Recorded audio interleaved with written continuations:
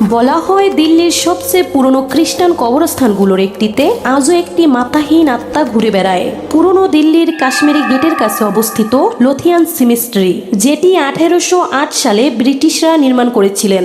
এই কবরস্থানে 1808 থেকে 1857 সালের মধ্যে নিহত ব্রিটিশ অফিসার ও সৈনিকদের দাফন করা হয়েছিল। কিন্তু এই কবরস্থানের সবচেয়ে ভয়ঙ্কর গল্পটি কোনো যুদ্ধের নয়, একটি অসম্পূর্ণ ভালোবাসার গল্প। কথিত আছে একজন ব্রিটিশ অফিসার একজন ভারতীয় তরুণীর প্রেমে পড়েছিলেন, কিন্তু সেই সময়ে এই দুই জাতির মধ্যে বিয়ে করা অসম্ভব ছিল। ভালোবাসার মানুষকে না পেয়ে সেই অফিসার চরম হতাশায় নিজের জীবন নিজেই শেষ করে দেন।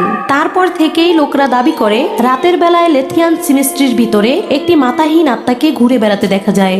কখনো কখনো সে নিজের কাটা মাথাটি দুই হাতে নিয়ে হাঁটে, আর হাঁটতে হাঁটতে সে এখনো সেই ভারতীয় মেয়েটির নাম ধরে ডাকতে থাকে। বলা হয় যদি কখনো গভীর রাতে লোথিয়ান সিমেট্রিতে কারো নাম ডাকতে শোনো, তাহলে পেছনে ফিরে তাকাবে না, কারণ সেটি কোনো মানুষ নয়, একটি অসম্পূর্ণ ভালোবাসা নিয়ে ঘুরে বেড়ানো আত্মা।